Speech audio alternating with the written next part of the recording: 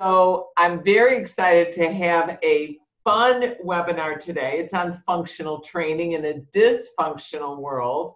And if you guys haven't really figured out what that really means how do we remain functional in this pandemic?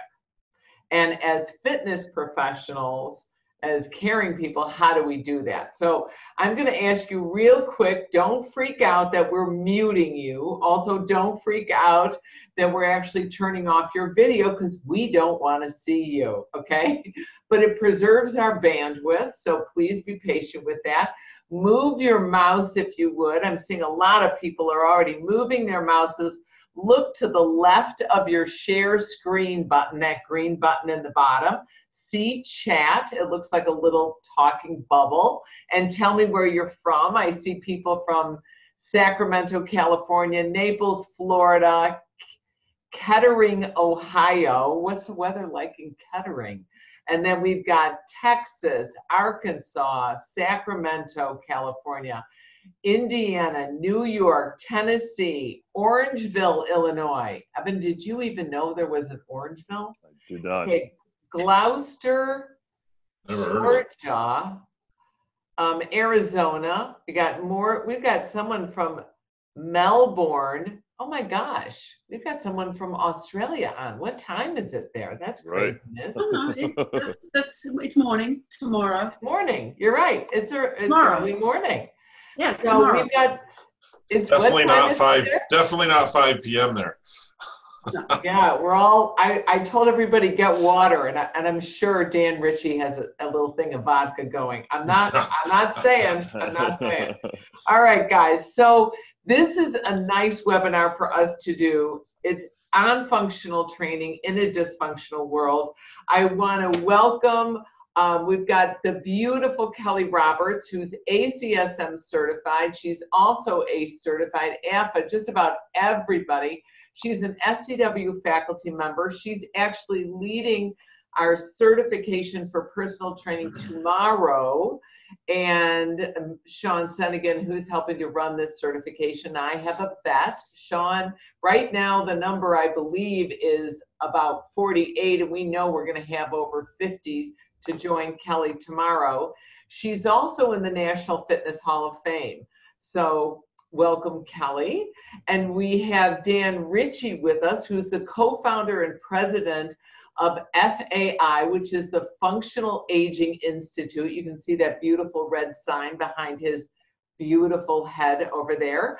And he has a broad background in the fitness industry, including training and management in commercial, not-for-profit and for-profit and educational facilities. And then we have Dr. Evan Osar. He's an internationally recognized speaker, author, expert on assessment, corrective exercise, functional movement, and he's developed one of the industry's most advanced training certifications. So we welcome Evan Osar with us as well.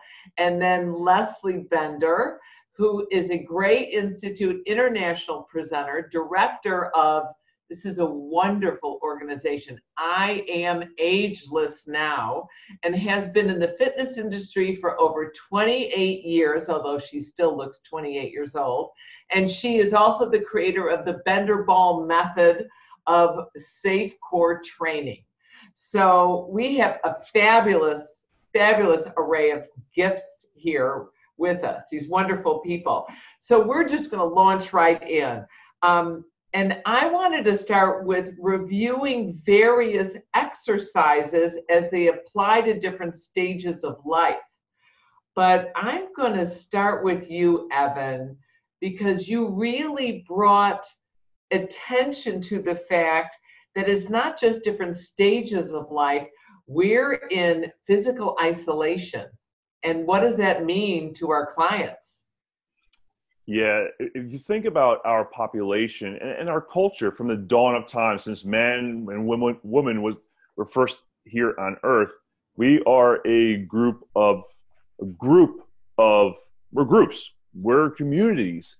And what's been taken away from us largely during this pandemic, so to speak, is the community. And whether we do things online, and we're a part of a community right here. So thank you for having me on. Thank you for everyone that's joining us here, it's different than being in a community where you're in contact and you're able to touch and see facial expressions on a different level, to feel the energy from different people, to gather together at a table and have dinner, or go to a restaurant or a sports event or a concert and experience a global event together when you're actually in the physical location. So while technology is great and is really helping us, there's something that comes from social isolation and not being around people. And there's many of our clients, much of the world probably, that is they're literally isolated. Maybe they're with a significant other, a spouse or friend, or maybe they're there by themselves, and that is wreaking havoc on people's health. Because number one, sorry, go ahead. You said something, Evan, before we started. You said that this physical isolation is really enhancing and exacerbating their pain. And you still see clients because you're a chiropractor seeing people.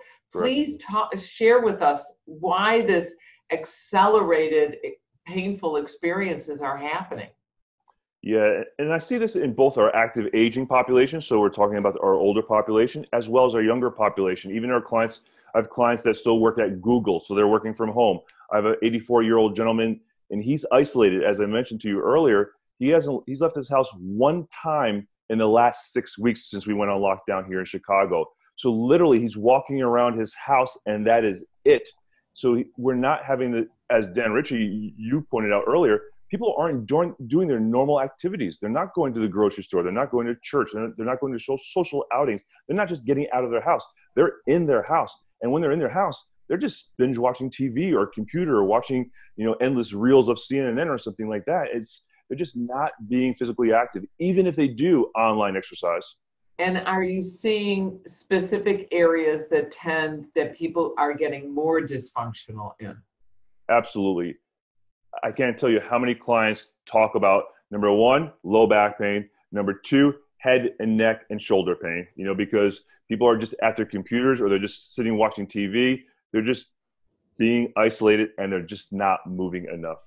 And what do you do, or what do you recommend for them to do to counteract this lower back and this upper back discomfort that they're experiencing?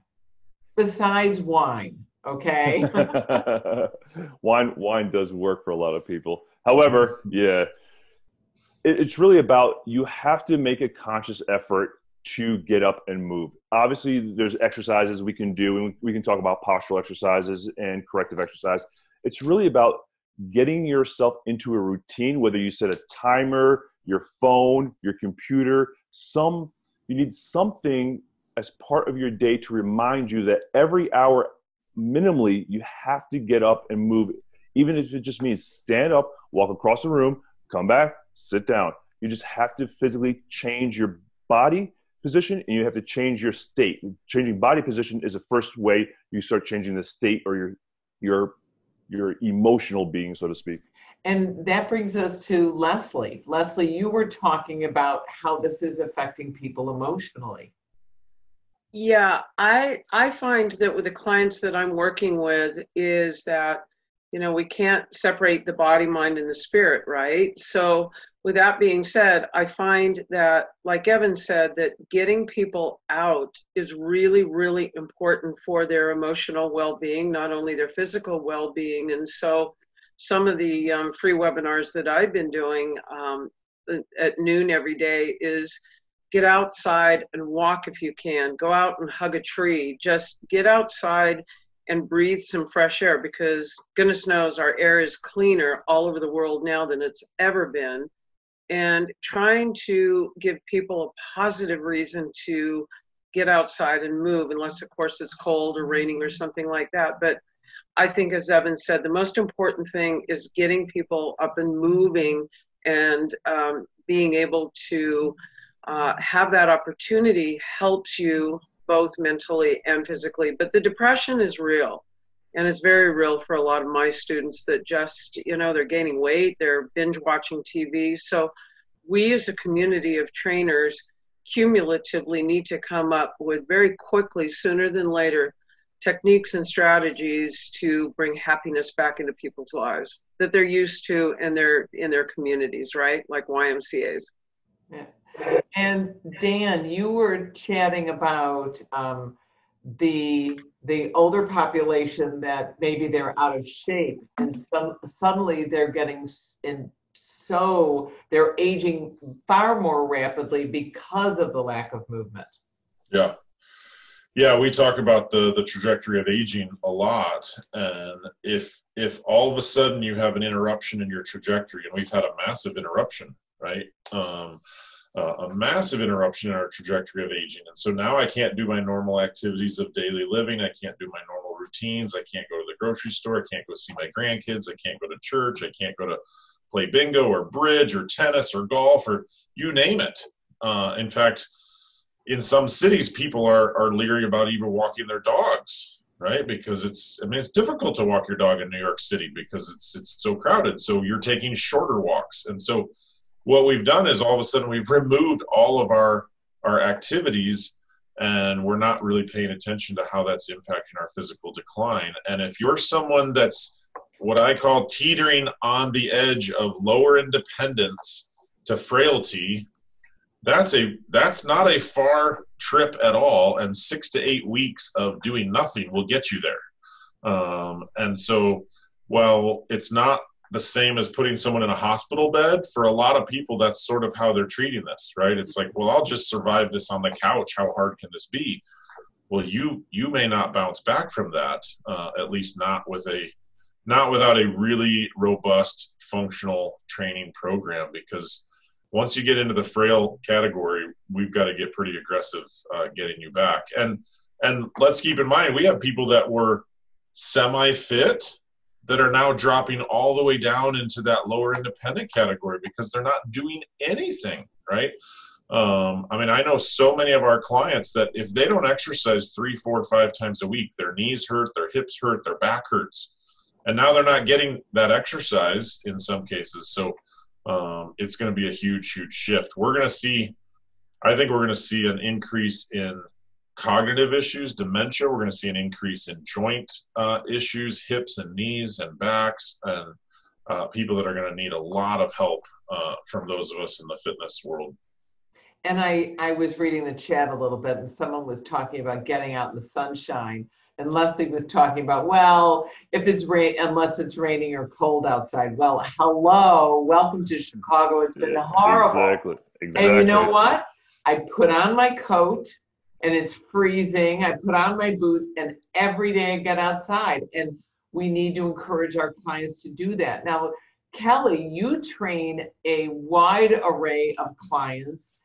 And you even, we were chatting earlier, you were talking about you have clients in their 90s that you're working with. Yeah. Some of the things I'm doing with my clients is I'm sending them little videos of exercises that I want them to do, stretching. I'm giving them little stretch routines on little, 3-minute videos, so that they are accountable to keep moving, because a lot of them, some of them usually go to the gym as well as see me, or some of them see me 2 or 3 times a week, and then they're doing less. And so I'm just keeping them accountable through text and sending them little videos of things to do, and I've given them some different stretching routines on a foam roller to do. So I'm giving them just real specific to their needs that they can do. With my 92-year-old client, I think she's turning 92 this year, but she's 91. She's frail. She's frail and able, but only just able. On a spectrum. And so it's really hard to train her, because I started with her virtually. I never trained her face to face.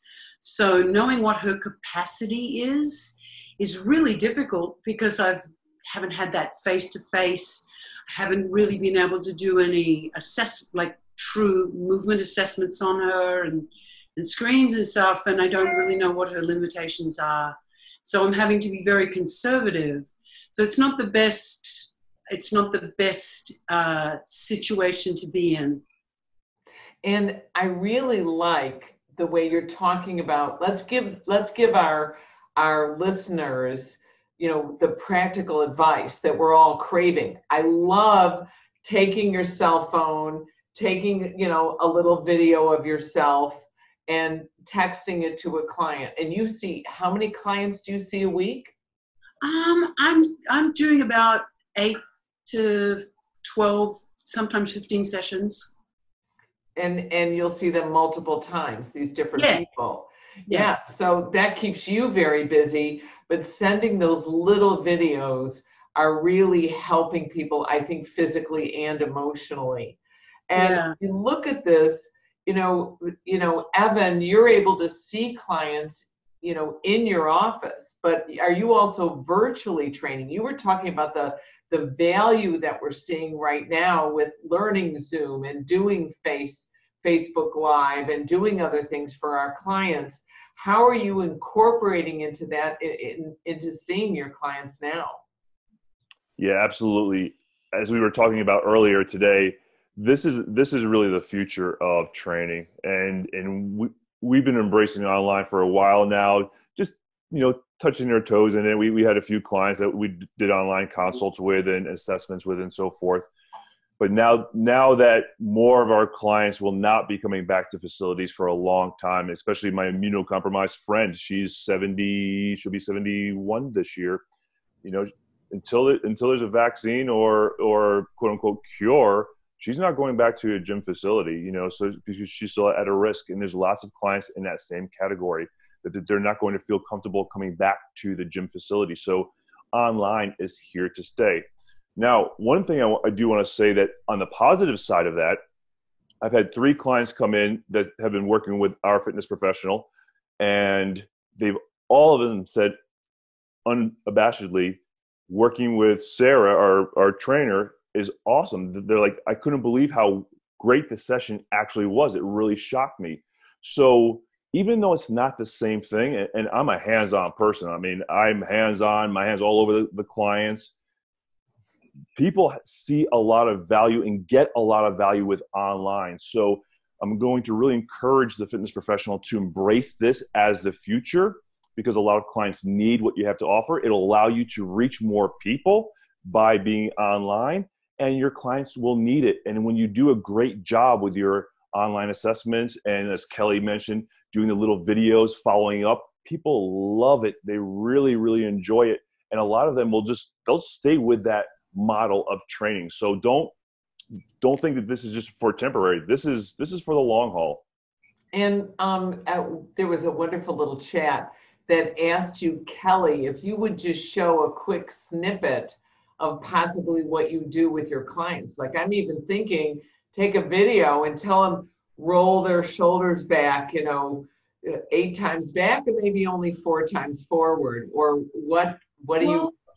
I've got a little upper body, neck, thoracic spine stretching routine that I've filmed for a couple of people who have neck and upper back issues, and then I've got another client with a scoliosis that I've filmed myself doing planks and sent him that, just as a reminder to keep him accountable, because he's really struggling, and he doesn't like virtual training, so he's very kindly paying me without me training him. So I'm doing little things to thank him, and so sending him videos, texting reminders, and stuff like that. I'm very blessed with my clients. That's great. So, and I give them a little package, a little care package. The ones I am training virtually, I've given them a little care package with a bender ball, 2 gliding discs, a figure 8 tube, and a regular tube, and they've got a stability ball and dumbbells, and so that's what I'm working with. So you just wipe it off, wipe it down, and drive it over and leave it on their doorstep. Yeah. Wonderful. That's it. That's great. Dan, how are you training your clients? Because I know typically they come to your gym. Yeah, so we're training about 250 clients a week now, all through Zoom and FaceTime. Those are the two primarily through Zoom. And this is where it was sort of funny to me, because some of my trainers were like, well, do you think our clients will know how to use Zoom? Or they'll even use technology? And then, of course, the joke was, well, how many of you have used Zoom? Most of my trainers are under 35, and I think none of them had ever been on a Zoom call. They're like, what is this Zoom? They've been on Skype and other things, FaceTime, but most of my trainers had never gone Facebook Live before, right? I was like, you guys don't even know how to do it. We can't assume that young people are tech savvy any more than we can assume that old people. Look, we can all learn this stuff, So we've got, like I said to you all earlier, we have an 86-year-old client. She ordered an iPad tripod setup off of Amazon for her living room so her trainer could see her full body, right? And then she joked, nobody's ever asked to really see my full body in the last 20 years, right? Johnny wants to be able to see everything she's doing, right? So our clients have really embraced it, and they've realized it's important and it's hugely valuable. A lot of our clients have said, this is the most important thing I do every day. In fact, it's the only appointment I have every day, right? Because their routines have totally changed. They can't go to their clubs. They can't do their activities. And so they're like, you guys are still a key part of my weekly routine, which is why I think this will be around permanently, because it's a huge value. Because for so long, gyms have been a once or twice or 3 times a week touch point, right? I come and I see my trainer once or twice a week. And let's be honest, we have no idea what our clients are doing the rest of the time. Well, now through technology, we can be sending them short minute videos. We can be sending them text, motivational quotes. We realize there's so much more we can be sending them. Some of the things we even do are just playing games, right? Like, let's just get on 10 or 12 clients, get on a Zoom call for fitness trivia or coffee conversations. It doesn't have to all be fitness, right? They want the social engagement stuff too. And what are you doing to have the social engagement? What is that aspect that you're integrating into your facility? Well, so we're doing really 3 things. For clients that want one-on-one, they're continuing to do their one-on-one appointments. We still have clients who they're like, I don't want anybody else to see me. This isn't being recorded, right? Nobody's broadcasting this, right? And then we have Facebook Live options where trainers' parents are joining in and their aunts and uncles from across the country. And you see all sorts of comments from our clients, and those things are blowing up. We'll get anywhere from 500 to 1,000 views on a 30-minute workout, and I'm like, that is crazy. It used to be 5 people in our studio, right? Now it's 1,000 people. It's unbelievable. And then we're doing scheduled group activities where our trainers with their group clients are doing some sort of activity, and it ranges from, hey, Evan, show us pictures of your last vacation, to Leslee, it's your turn to brag on the grandchildren. I mean, it can be different topics, different weeks that trainers are doing. So it's on top of group training sessions, one-on-one training sessions, we're trying to do some fun things too. The kind of socializing that is hard to do on Zoom when you're working out that you would normally do in the gym, right? You'd be talking about your kids and grandkids and, oh yeah, we just got back from Europe. It's hard to do that on Zoom. So we're making time to do that as well. Oh, that's great. And Leslee, you were going to share something? Yeah. One of the things that I found with my clients, Sarah, and everyone, is that, as Keli said, and as Evan said, is the short goals. So in other words, let's say a client does have balance issues, and you give them specificity on balance, like, all right, if you've got time to, brush your teeth, you've got time to massage your feet, or, fun phrases that actually get people accountable to do little things throughout the day, so that when you are meeting with them again virtually, you have that opportunity to have that conversation and, have them step back and watch them and say, wow, you've made such great improvements. So again, as we talked about earlier, about the emotional component of not seeing them slip into depression, but giving them something that gives them hope. It's like, yeah, I am going to be able to play with my grandkids again, and giving them that sense of accountability that you are going to be with your grandkids, live again, and your family live again, and you're going to knock them out of the water when you see them. And we're doing a lot of Facebook classes with Club Pilates, because I work for several of them here in Orlando, and we're doing a lot of virtual classes. And it's so cool because the fact that so many people are joining, not quite as many as Dan's got, but we've got quite a few. And it's exciting because they do text me afterwards and say, gosh, I'm getting stronger and I'm still doing it. And I think we as trainers, to give that positivity of sticking with it, you're getting through this and you're getting through it very successfully, is so, so crucial, in my opinion, to the whole different world that we live in right now. Yes. What's interesting is we're also seeing, I love this comment from Stacy, who writes, she asks her clients to brush their teeth standing on one foot. So that's perfect. Like, what are some common exercises or some recommendations you can give people that they can integrate to get them to move? What I don't think sometimes as a fitness professional I forget is, what do you mean you don't like to exercise? Like, I like this. We're all screwed up if you don't realize this. We like to sweat. We like to wake up in the morning and go, oh, what did I do yesterday? I'm like, ooh, that's a badge of courage. I must have done something great.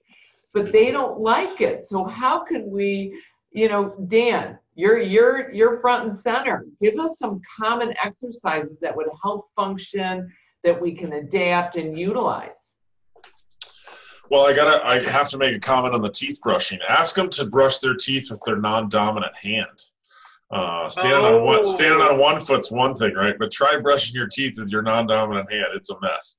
And you're like, wow, why is this so hard? Yeah, and then don't forget to massage your foot with a tennis ball on the foot that you normally wouldn't do. So we're just throwing that in as, an extra challenge. Just saying. Yeah.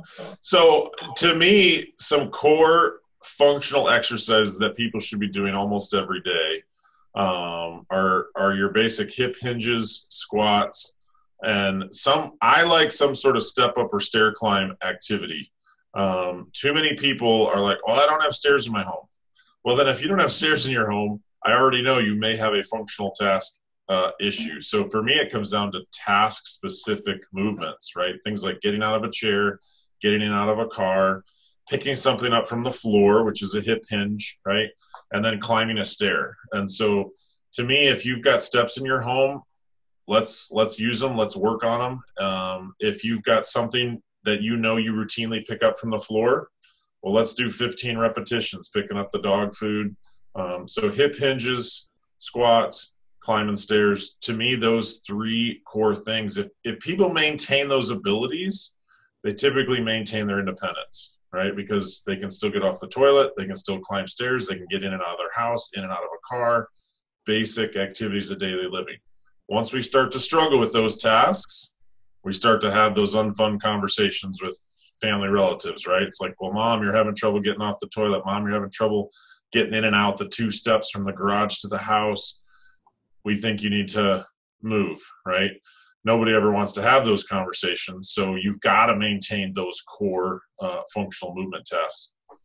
And Evan, what are you seeing from the people that either are coming into your office or what you're able to deal with over Zoom?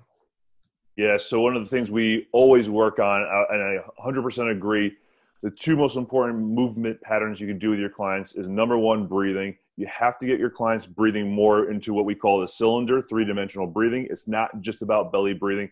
It's breathing entirely into the entire cylinder, so top to bottom, side to side, as well as front to back. And then you got to get them hip hinging, as Dan talked about. Hip hinging will save your knees, it'll save your back. A lot of clients struggle with squats because they don't get enough rotation of their pelvis, so they have to start to learn how to hip hinge. So we always start with good posture. So one of the things, I just did a posture lecture for my nutritionist for her podcast. We talked about you must feel like you're being pulled up from the back side of your head and neck, the back side of your rib cage, as if you're being pulled up that direction towards the ceiling. Then hands on the pelvis. You can start to do a hip hinge pattern, which will help lengthen the hip rotators as well as the hamstrings. It'll also help, again, just with blood flow and circulation. And then you just work on that pattern. That's a great pattern for your clients that are sitting all day long. And then as you're coming up, just stand up tall, like really just reach your head as tall as you can towards the ceiling. The third most important pattern, I believe, after that is some kind of stepping pattern. Dan alluded to stairs and stepping. You have to teach them to be reactive. So with my clients, I'll have them stand next to a wall because a lot of clients struggle with balance. So balance is just not about statically standing there balancing on one leg. That's good. It's not enough. They have to step and react. So I have my client step towards a wall, hold it, come back. Step towards a wall, hold it, and come back. So if they do struggle or stumble, they have the wall to grab them right there. So it also works on reaction, I should say, the reaction speed, a little bit more of the sort of type 2 fibers, those fast twitch fibers. So that way because again, like I said, they're not moving enough. Maybe they're getting out for a walk, which is awesome. But like I said, my 84-year-old client, in 6 weeks, he's gotten outside one time. So the only walking he's doing is around his apartment, and he's barely doing that. So I want to encourage you to also do some dynamic things with your clients within their scope of safety. So that's always the most important thing. Be safe, but then also challenge them within that scope of safety. And my favorite thing is, as soon as you started talking about posture in the back of the head, it was like Leslee, Kelly, Dan, and I just kind of like, it was like everybody would kind of, exactly. you expand your breathing, and I was waiting for Dan's little headset to just go straight into it. And Kelly, what type of exercises are you working with your clients? Because I think you were talking about some of the equipment, but a lot of times we just don't have it. Yeah. Well, with my 91-year-old, I do like a mixture of hip hinges, toe taps, so like stuff for the tibialis, stuff for the hip hinges, stepping patterns, balance patterns with head turns, on and off her walker. So I have her, her walker is in front of her. She lets go of it. I do stepping patterns, knee lifts, hip hinges, toe taps, rotating movements, head turns to get her neck moving. I mean, really, functional training is about capacity, and it's on a continuum. And so what is functional for a younger person is not the same as what's important for someone who's in their 90s. And so if someone is frail, in a gym setting, I might put them on a machine and have them build a base level of strength on a machine. We don't have that choice right now, which is kind of hard, because with a frail person, I would have them do all of the standing work, but I also might put them on a machine and try and build some strength. Yeah, I think I'm just going to speak as a mom living with, I have 3 20-year-olds, 23, 24, almost, and 25. I've got them in the house, and we'll work out together. We do a strength training class. We've been doing body pump, and it has helped me so much. It's the strength that I need. That's what I've lost over the ages. I'm 61. In my head, I'm 31. Okay, I can do anything. I can ski anybody down any mountain anywhere. Okay, but it's the strength that I've lost. And if I can maintain that strength, then I can maintain, it really helps me also with my coordination. Leslee? Well, I don't know whether you know, Sarah, or not, but I'm a new recipient of 5 months out of a total knee replacement. And one of the things that is so crucial is how you functional train and as Evan, and Dan said, is the hip hinge so that you are able to squat. Now, mind you, I had an elevated potty because I couldn't quite sit down on a toilet. So between the lack of movement in my knee and the pain that I was dealing with, I have great empathy for clients now that I never understood before until of having such a dramatic surgery like this. But I was, long story, long overdue.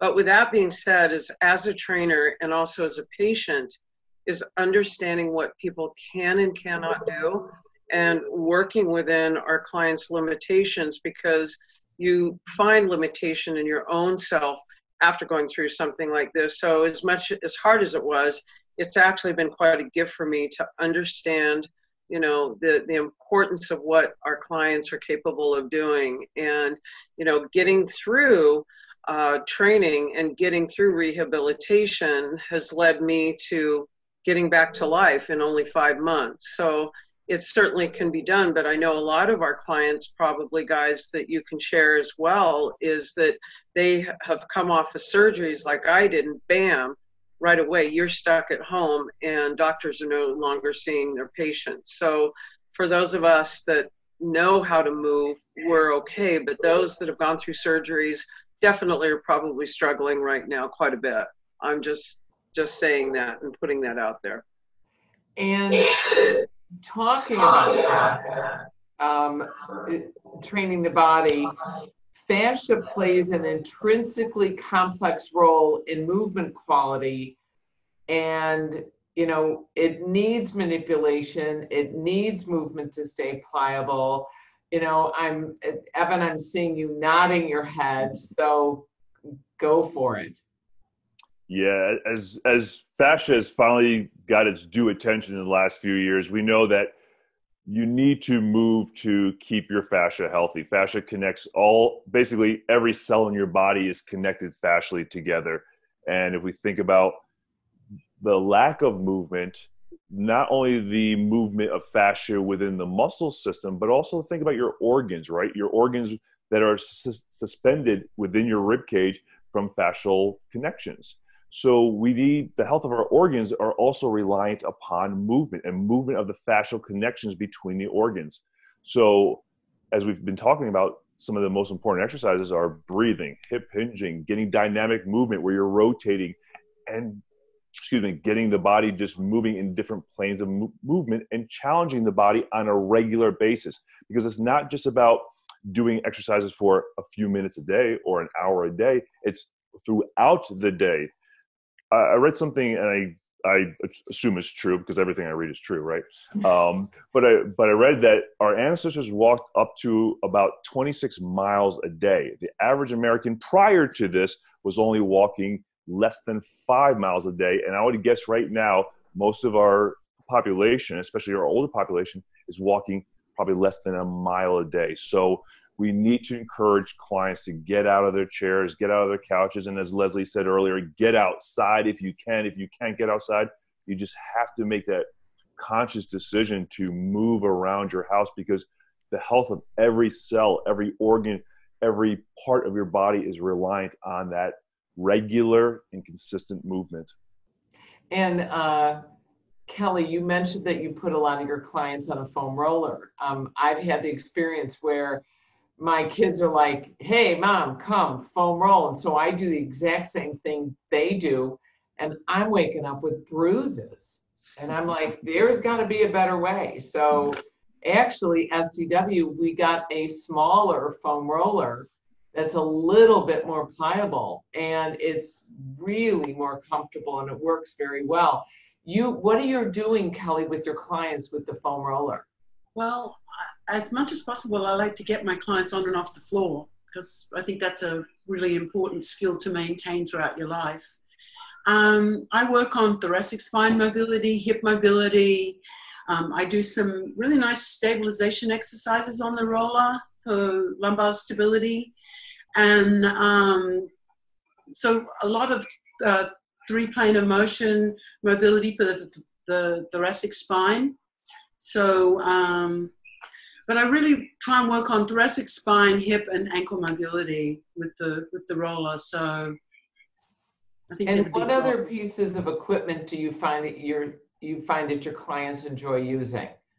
My clients like a stretch strap is really helpful for developing some flexibility. And, you know, bender ball I like because it creates a supportive environment for training the core and the adductors. And gliding discs because they add some instability. And tubing is great. You can attach it to a door handle, or one of my clients has an elliptical machine. We attach it to the elliptical machine so she can do some great pulling movements.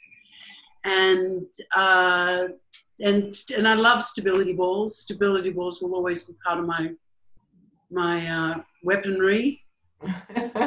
And Leslie, Queen of Bender Ball, talk to us about equipment that you're using. Well, I have to agree with Keli, and I do believe, and I could be wrong, but I'm pretty sure that gyms are going to really second guess or get rid of small equipment, and so for people to use small equipment in gyms, they'll be bringing their own in. So I think the idea of creating a kit is really important right now for gyms. And I find that, if they don't have tubing, they can use pantyhose. That works really well. I, of course, obviously love the bender ball because it protects the low back for so many different reasons. For all levels of my clients, including my active aging, and you can use a bender ball while you're sitting in a chair. You don't have to get down on the floor, and it creates better posture as well, automatically. And I find that the other great small tools, like for Pilates, would be a magic circle, gliding discs, and all these types of tools, which, by the way, I'll be using in the certification for you guys on the 28th. All these small tools really can create a very intrinsic relationship with Pilates, similar to that of a reformer, especially with a lot of clients that are used to going to Pilates classes. So with that being said, Sarah, I'm in agreement with Keli, is all the small tools that we can use, water bottles, paper plates, all these things that will be as close to our gym facilities for now, makes our training more exciting than nothing else. Yes, and the functional Pilates certification is pre-convention to Livestream Mania, which is at the end of this month. It's May 29th through 31st, and Leslie's doing her certification on the 28th. And I think, Keli, you're going to be doing the active aging on that same day, that certification, which will be great. Now, Leslie, you talked about using pantyhose. So, Dan Ritchie, what do you think about using pantyhose? They work great. Honestly, I am totally out on that one. So, yeah, you cut them up and you use them like tubing. It works great. That's awesome. Okay, that's hilarious. I could just see my male clients coming to our group Zoom, and they'd have the pantyhose on their head, right? The burglar. That's right. But if for equipment, like for the portable equipment that you have your clients using at home, what time do you have them using equipment, or are you working with the frail elderly? So it really is mainly hip hinge, ankle rotation, flexion. So we recommended for our clientele that they get a set of dumbbells.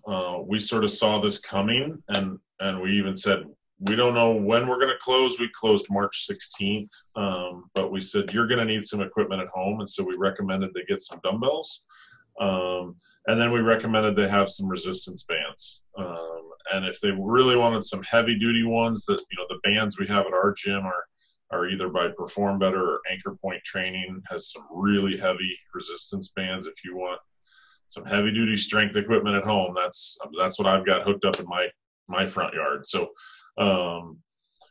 besides resistance bands and dumbbells, everything we're doing is body weight. We don't really feel like people need a whole lot more equipment than that.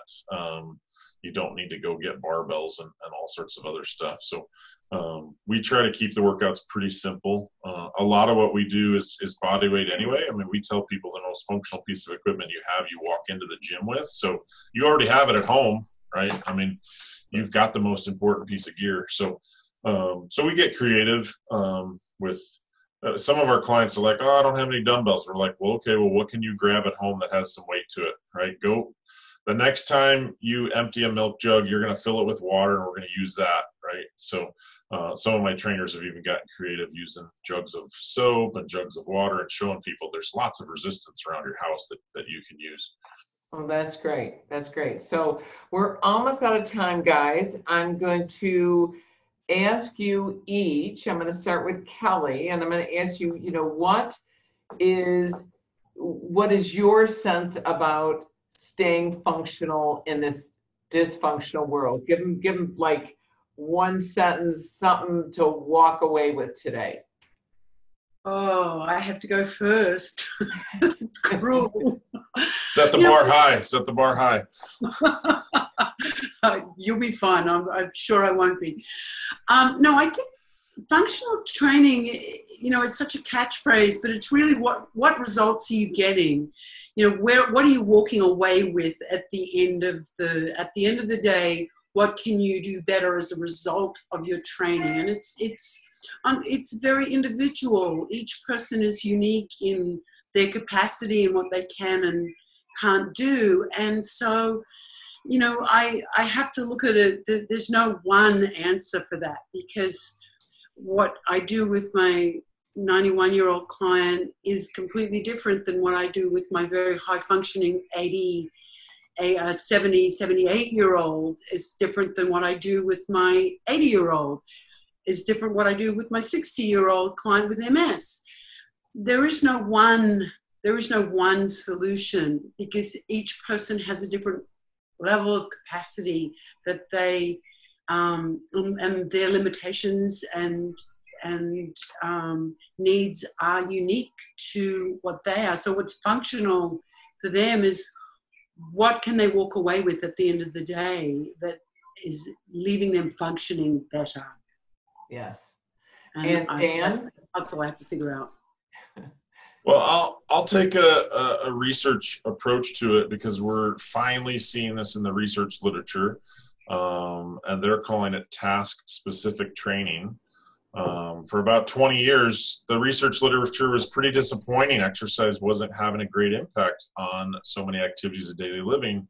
Well, guess what? The researchers finally realized we got to train people for that specific activity for it to get better. So if you want to climb stairs, you've got to train to climb stairs. You have to do that task. If you want to hike, bike, swim, downhill ski, like Sara said, you've got to train for that activity. So to me, what's functional for one client is really based on what it is they want to do in life. And it might not be appropriate for the next client who says, but I want to do a different sport, right? I can't give the football player training program to the softball player or the water skier. And so functional has to be very task specific, right? If you're having trouble picking up your granddaughter, then we got to train you for picking stuff up off the floor, especially out, and it can't be a dumbbell, because guess what? A child moves, right? So we got to pick up objects that have a movement to their mass. We have to be very specific with the task. And so to me, I think functional training, especially as we age, is about what is it you want to do and what do you want to perform well, and let's train you for that. And Leslee? All right, so I agree with the science, and the bow I would wrap around that is put the fun into functional. Put the fun into functional. So if a person, is training for a specific sport, for example, in my case, it would be water skiing, I can do dry land training, which I do with my clients, so that when it is time to get out on the water, then you are ready to do it. But again, laying down on the floor doing crunches is not going to prepare you for that specific sport. So when you put fun into functional, I think clients are going to be more apt to stick to it. And then you wrap the science around it, and we've got, functional training in a dysfunctional world. And I really like that. I always talk to people about, it's great to do things that are effective, but if we really want to see the body change, it's going to take 10, 12 weeks. And if we're not entertaining in those first couple of weeks, they're walking out the door because they're not going to see the results. The only results that is what they feel, which is the soreness and the discomfort that all of us crave and that they don't like. So exactly. I agree that fun is important. And Evan, go for it, man. Well, everybody said everything already, so I got nothing. So I'll leave you with this comment. I had a good friend of mine that she's immunocompromised. She's a good friend of hers that got COVID and had to go on a ventilator. And most people that go on ventilators of that age group, 70 to 80 years of age, don't get off them. This gentleman actually did get off of it. He recuperated. He's back at home. He's doing great. And one of the things my friend told me about her friend was he was in great shape going in. And one of the things I want to encourage you is if you are in isolation, which most of us are, you have to make a commitment to your health. There's only a couple things you can control in life. You can't control what's going on outside. You can't control the politicians. You can't control the weather. You can control your mindset. You can control your movement. You can control what you put in your mouth. Take advantage of this time. Be consistent. Develop the discipline. Develop the routine now. Because one of the things I ask my clients all the time is, if you can't do it now, when are you ever going to be able to do it? Life will get crazy once we get back to whatever that new normal is. And if you can't commit to yourself right now, when is that time ever going to be? So the last thing I'll leave you with is just be consistent, develop a plan that works for you, make it fun, make it functional, as Dan was talking about, make it task specific, make sure you're doing a variety of activities as we've all been talking about all along, and let's do it, man. Take advantage of this, because you can come out of this stronger, more resilient, and even more powerful than you were going into this if you take control of the things you can control. Your mindset, what you eat, and the movement that you do on a daily basis. And the movement that you do on a daily basis, take control. I love that. I love that. I'm just trying to take control of my 20-year-olds. No, don't try. Don't try. Don't bother. Don't bother. Oh my God. I have never seen people eat more in my life. My whole life. Like, I have to, I'm terrified. I have to buy an extra mask because I'm going to the grocery store every other day. They consume. All right. I want to thank you all for joining me. You guys were absolutely wonderful. Thank you. I've got recorded sessions from Evan, from Dan at Livestream Mania. Leslie's going to be there live. Kelly's going to be there live. I'm hoping we get more of you to come. It's scwfit.com/online. You can find all of our certifications there, all the Livestream Mania. It's a real conference. It's like 9 rooms going on simultaneously for 3 full days. And then if you have to take a break to homeschool, or you have to cook something, you have to fix something, take your break, because we keep the recorded sessions, which there's going to be 32 of them, available the Monday, Tuesday, and Wednesday after the conference. And that's actually a full 3 full days of extra training. So that's 6 full days. It's $100 off. I got to keep feeding my staff, so register. They're very hungry along with my kids. It's regularly $259. It's now $159, which is $100 off, which is a really good deal. So thank you again for coming. Don't forget, Sunday is Bar Day, B-A-R, and B-A-R-R-E, but it's Mother's Day. You have to bring a glass of wine if you join us. And you're going to all meet us at the bar. Get it? Sunday, same time, same bat channel. Bye, everybody.